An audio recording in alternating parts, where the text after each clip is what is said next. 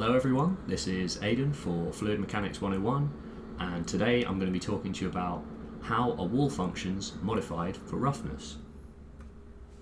Just to start with an overview of what I'm going to talk to you about today, I'm going to cover how are the traditional log law velocity profiles for smooth surfaces modified when the surfaces are rough. I'm also going to look at what are the roughness height and the roughness constant that you may see referred to in the literature, and then I'm going to finish off by reviewing how CFD codes actually account for the rough surfaces internally, so you have a good idea of the algorithms that are employed by the CFD codes.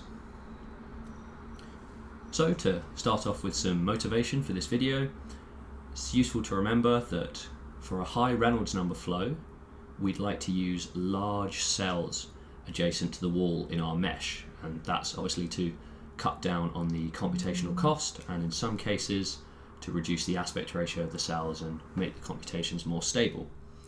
And of course we need to remember that in most modern CFD codes the variation across the cell is linear, and you can see that in the diagram there that I've put for you at the bottom of the screen. We've got a cell on the left, and the variation of the velocity between the cell centroid P and the wall is linear.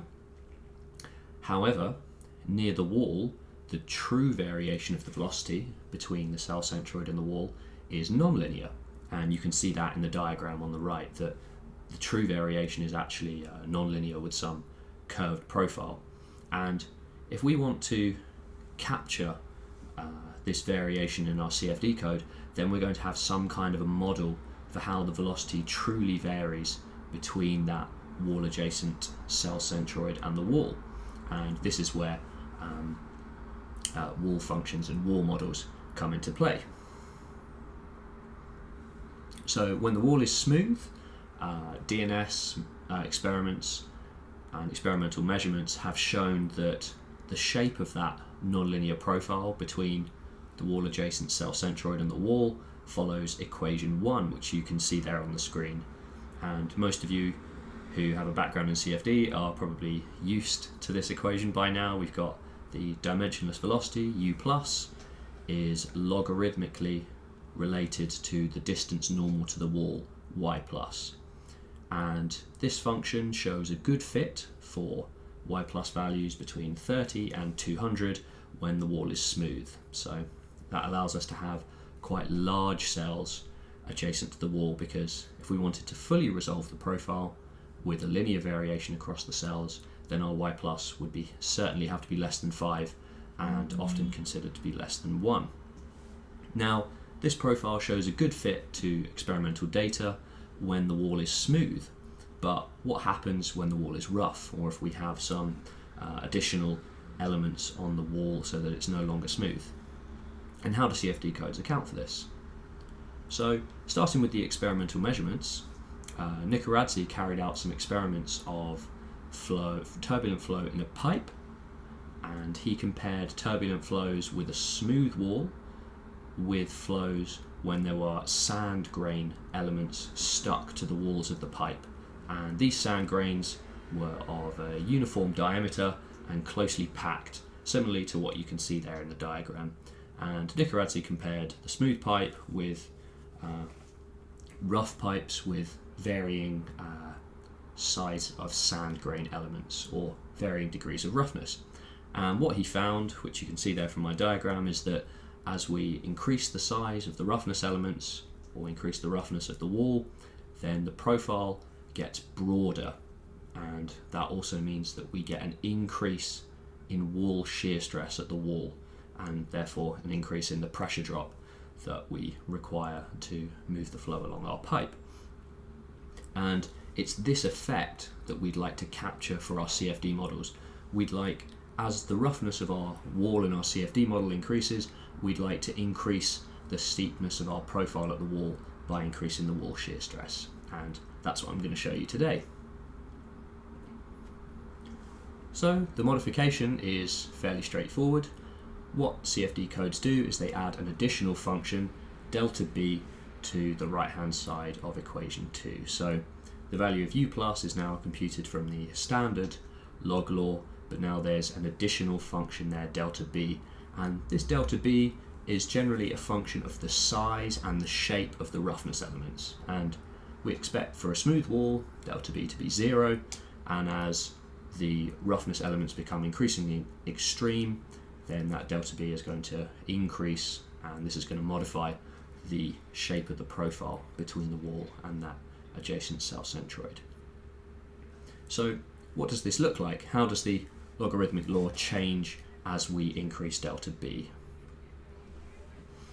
So what I've got for you here is a plot of the dimensionless velocity u plus as a function of wall normal distance y plus, and some of you may have seen a similar plot to this before, where that black solid line, that's the DNS data for the true variation of how the velocity varies between the wall and a position off the wall.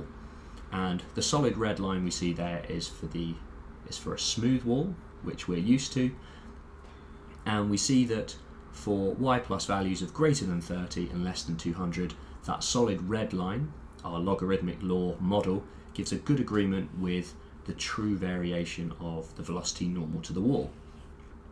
But what this plot also shows is the effect of that delta B, and what we see is that as we increase delta B, the red line shifts down, as you can see there from the arrow, and departs from the original DNS data as we expect.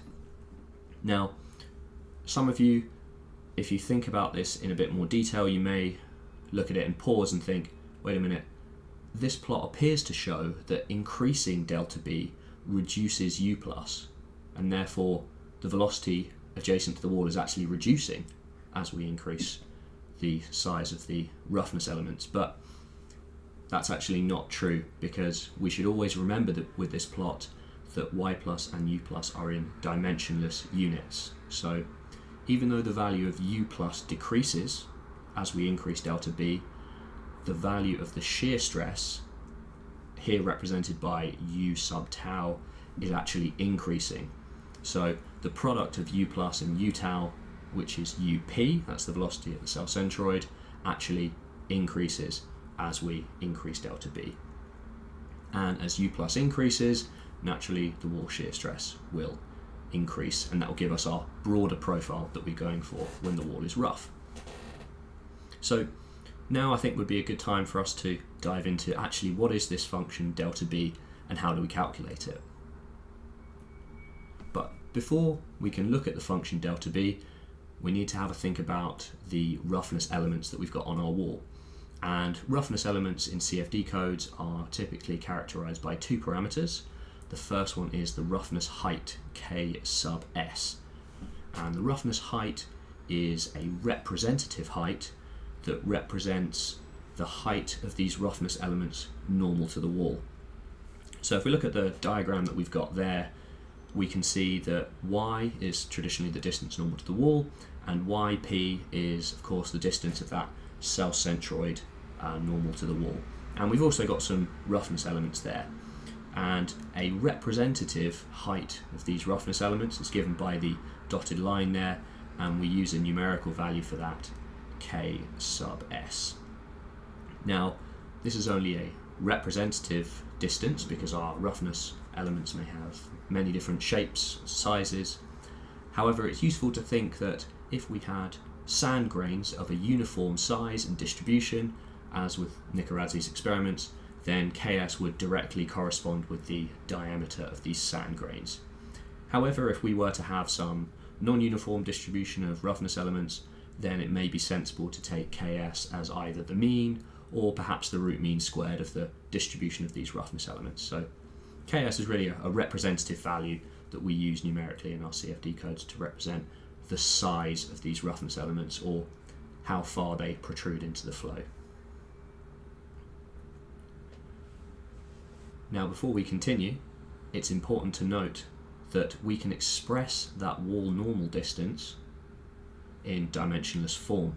So if we take Ks and we express it in the form given there in equation 3, we manage to compute a dimensionless roughness height. And this is a similar approach to that which we take for the wall normal distance of the wall adjacent cell centroid, yp, and you can see that in equation 4. You can see that the height, the dimensionless roughness height, takes a very similar form to the dimensionless wall distance of the cells. And if you were to compare y plus with ks plus, what you'd be comparing is the distance of the cell centroid from the wall with the height of those roughness elements. And the reason we use dimensionless roughness rather than physical roughness is the same reason that we use dimensionless wall distance, and that allows us to plot and fit data for a variety of flows and collapse them into a universal behavior. So for the functions that follow and referred in the literature, you may see the dimensionless roughness height referred to, but don't be afraid, it's simply expressed in the same form as the dimensionless wall normal distance.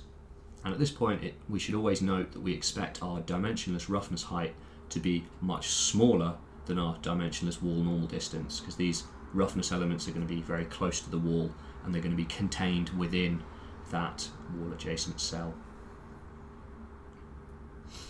Now, what about the shape of the roughness elements? Now, the shape of the roughness elements is usually represented by a roughness constant, which is given by C sub S, and unfortunately there's not a lot of information floating around for how we should reasonably choose our roughness constant, CS. However, the user manuals for common CFD codes typically recommend a value of 0.5 if roughness elements are uniformly distributed and evenly packed, and that's what you can see from the diagram there on the left.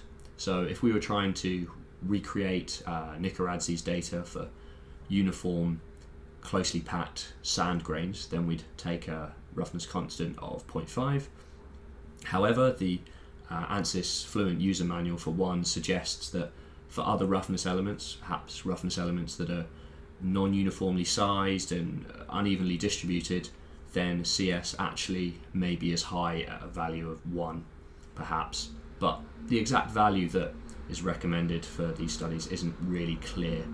And for this reason, usually the approach that is taken in CFD codes is to set a value of the roughness constant of 0.5, thereby assuming the wall has uniformly distributed roughness elements of the same size, and then vary the value of Ks to control and to calibrate what that wall shear stress is going to be and allow us to compute the correct profile. So usually just take a value of 0.5 for CS and then vary Ks. It's much easier to do that. So now, what is the actual functional form for delta B? Now, delta B at first glance may look quite confusing and quite off-putting.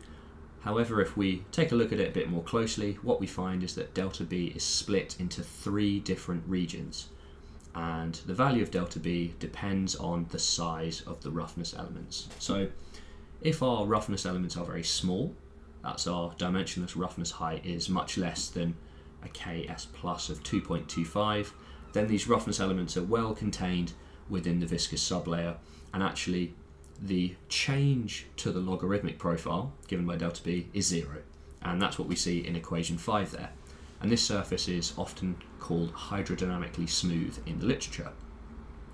Now, as those roughness elements get a bit bigger and Ks plus increases above 2.25 and it's less than 90, we get the form of equation 6, which is a logarithmic profile multiplied by some sinusoidal variation. And the reason this variation appears so complicated is because it was originally fit to the experimental data that Nikuradse produced. And you can find more information about that in the textbook by Cebeci and Bradshaw, which I'll link in the description below this video. And then, interestingly, we see that for large values of K, above 90, we're in the fully hydrodynamically rough region. That means our roughness elements are very large, and we see that delta B takes the form of a logarithmic variation with Ks plus. And if we think about that for a minute, what equation 7 tells us is that if we increase Ks plus slightly, say from 90 to 100 or 100 to 110, actually the change in delta B is going to be very small because the variation is logarithmic. And actually it takes us orders of magnitude changes in KS plus to have a significant variation to delta B. And the reason for this is that for large values of KS, when our roughness elements are very large and strongly protruding into the flow, actually the model starts to break down, and we shouldn't really be using a roughness approach if our roughness elements are very large. If we have boulders or other discrete features, we need to resolve those properly with our mesh. So that's the mathematical form for delta B. Still looks a bit off-putting. Now let's have a look at what the function actually looks like. As you can see from the plot here, the variation of delta B with dimensionless roughness height is actually a smooth function, even though the function may look quite confusing from the previous slide. And if we can look at the plot, and for values of KS plus less than 2.25, as expected, we see that delta B is 0, and that's because we're in the hydrodynamically smooth regime. And then as our roughness elements increase in size, the variation delta B gets larger as KS plus increases, and then as KS plus reaches values of 90, 100 and above, we see that actually the profile asymptotes towards a finite value of delta B. And of course, we can always compare these values of KS plus with our Y plus, and of course remember that for these models our Y plus is going to be in the range of 30 to 200, and so actually as our KS plus increases above 100, really our roughness elements are getting of a significant size compared with the size of the cell. And when this starts to happen, the roughness model for the log law starts to break down, and we'd have to use an alternative approach. It also means that when we're setting up our CFD code, we may choose a value of 0.5 for the roughness constant, and then increase the value of KS plus to increase the wall shear stress on our CFD model. And actually this function delta B tells us that we can't just indefinitely increase KS plus to numerically achieve the wall shear stress we want. Actually the model is limited to how much we can ramp up the wall shear stress by increasing the roughness. So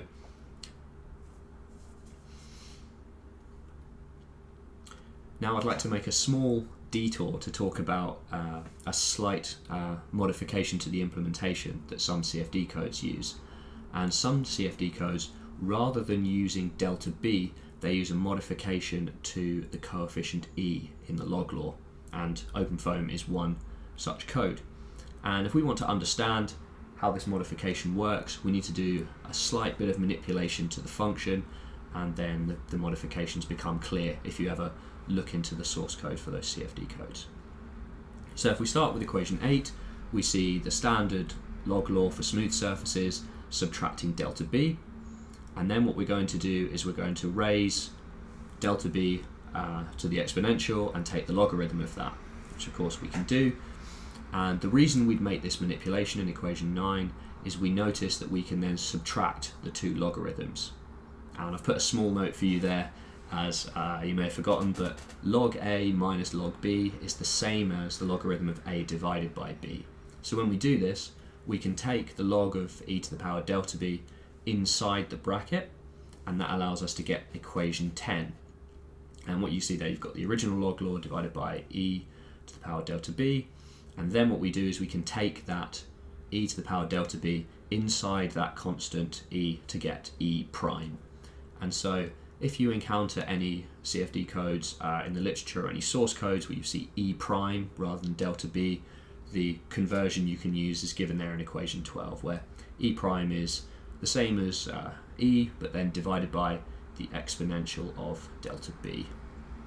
And of course, just as a quick check, remember if our KS plus is small and we're in the hydrodynamically smooth region, then delta B is 0, and e to the power of 0 is 1, so e prime just reduces to e, as we'd expect for a smooth wall. So now we want to move on and think about how do CFD codes actually implement roughness into their wall functions and treatment at the wall. And at this point it's worth just taking a reminder of how CFD codes deal with the wall adjacent cells overall. And for those of you who haven't, I'd highly recommend you go back and watch my original video on the wall treatment for velocity wall functions, and I'll put a link right here and in the description below the video, so you can always go back and have a reminder if you want to go in a bit more detail about that. But as a quick overview, what happens is our cell, the variation between the centroid and the wall is linear in the CFD code, and of course we know the value of UP at the cell centroid. So always remember that the log law is not calculating the value at the cell centroid. We get the value of UP from the CFD solver, which solves the momentum equations. And if we work out the wall shear stress, then the wall shear stress is given by the product of the density, the kinematic viscosity, and the velocity gradient at the wall. Now, when the variation between the cell centroid and the wall is linear, then we know that that velocity gradient is just UP divided by YP, where YP is the distance normal to the wall. However, in reality, of course, that variation is not linear, and it's actually non-linear, and it's given by the log law velocity profile. And so we would still like to calculate the correct wall shear stress, tau wall. So what we do in a CFD code is we actually modify the near wall kinematic viscosity, so that's nu sub W. So even though the velocity gradient is incorrect, the product of the velocity gradient and the modified wall shear stress and the modified near wall viscosity will give us the correct wall shear stress, and that's what CFD codes do. If this sounds a bit confusing to you, remember you can always go back and check out my previous video on the near wall treatment for the velocity wall functions. So how do we modify the kinematic viscosity when our wall is rough? Now what we're going to do is start with equation 14, which is the logarithmic variation of the velocity normal to the wall, and we're going to use that form with E prime there. So the delta B has been taken inside E to give E prime, as I showed in the previous slides. And what we're going to do is we're going to calculate the true wall shear stress using this profile, and then we're going to calculate the wall shear stress where the variation between the cell centroid and the wall is linear, which is the way our CFD model computes it. And then we're going to equate the two to ensure that the wall shear stress computed by the CFD model is correct, and then rearrange for the near wall viscosity. Now the trick in this process is given there in equation 14, and that trick is to write U plus, that's the dimensionless velocity, as UP, that's the variation, that's the velocity at the cell centroid, multiplied by the friction velocity and divided by the wall shear stress. And this is a common trick that you may see, for example, in the ANSYS Fluent user manual, and this trick allows the following derivation to be a lot easier. When we write U plus in this form, then we have the wall shear stress already there, and so we can just rearrange equation 14 to give us equation 15, and that's the true wall shear stress that we have in reality with our nonlinear profile. Now if we go to equation 16, that's the wall shear stress computed assuming that the variation between the cell centroid and the wall is linear, and that's the near wall kinematic viscosity there, nu sub W, which is what we want and what we're going to modify. So if we equate equation 15 and equation 16, we're computing the correct wall shear stress if we rearrange for nu sub W, which you get there in equation 17. So nu sub W is given by YP, that's the distance normal to the wall, the friction velocity, and then divided by 1 over kappa times the logarithmic profile. And for those of you who've seen my previous video, you may notice that this value of the near wall kinematic viscosity is the same as the value used when the wall is smooth. The only difference there is that we've modified and we've replaced E with E dash. So this makes things very easy for our CFD codes, and we can still use all of the same framework and everything that we've developed before. However, we can include a simple conditional statement and say if our wall is rough, then we modify E into E dash and then carry on as normal.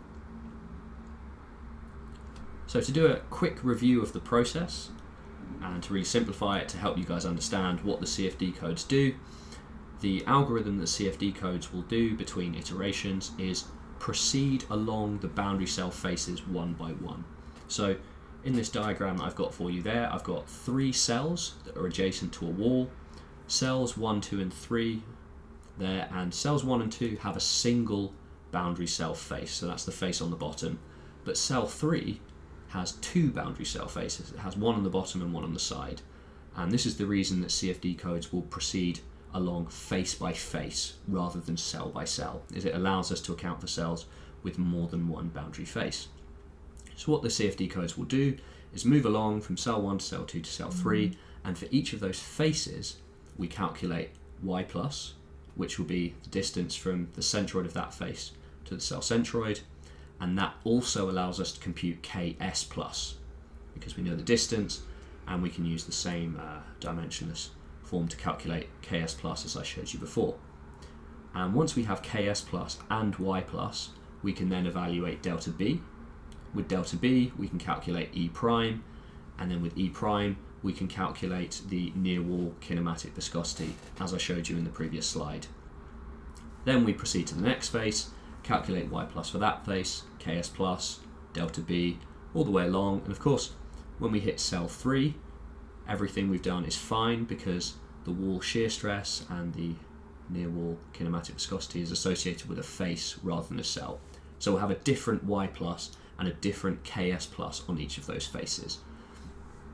And once we've done that, we've updated all of our y plus, all of our ks plus, and our near wall kinematic viscosity, then the CFD code can solve for the momentum equations, the Poisson equation for pressure, and any other equations that we're solving.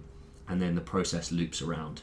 So this is what we're doing every iteration, and really there's only a small modification to E, and that's if our cells are rough. If our cells are smooth, then delta B is 0 and no modifications are made. So just to finish off with a short summary of what I've talked about today, increasing the wall roughness, Ks, increases the near wall kinematic viscosity by modifying the coefficient E. And increasing the kinematic viscosity will then increase the wall shear stress and make a profile much broader so that our flow will better model the flow along a rough wall by allowing us to get a broad velocity profile normal to the wall. And the way that we do that is given by the equations there in number 18. The near wall kinematic viscosity is calculated with a modified version of E, E prime. E prime is given by the original E divided by the exponential of delta B, and delta B is a function of the size and shape of the roughness elements, which are given by Ks and Cs. And the reason we're allowed and we're able to make these modifications all follow from experimental data fitting to experiments carried out by Nikuradse on pipes, which he used uniform sand grains along the pipes. And as a user of CFD, the usual approach that we take is we set a value of CS as 0.5, assuming that our roughness is uniformly distributed, closely packed, and then we vary the value of Ks until we get the wall shear stress that correctly models the flow behavior that we're looking at. And as always, I've gathered together a few useful references for you if you're interested in further reading. The ANSYS Fluent user manual is section 7.3.14 is what you want to look at. The textbook by Cebeci and Bradshaw is the textbook where the data fitting to Nikuradse's original data was carried out, and the original paper by Nikuradse has been translated into English, and there's a link to the NACA paper there where you can read it in full if you'd like to. As always, all of these links, I'll pop them down in the description below. And as always, thank you very much for taking the time to watch my video. I hope you found it useful, and if you spot any mistakes or require any further clarification or have any suggestions for future videos that you think you'd find particularly useful, then just drop a response down in the comments, and I always try and respond to all of the comments as quickly as I can. So I look forward to hearing from you, and thank you.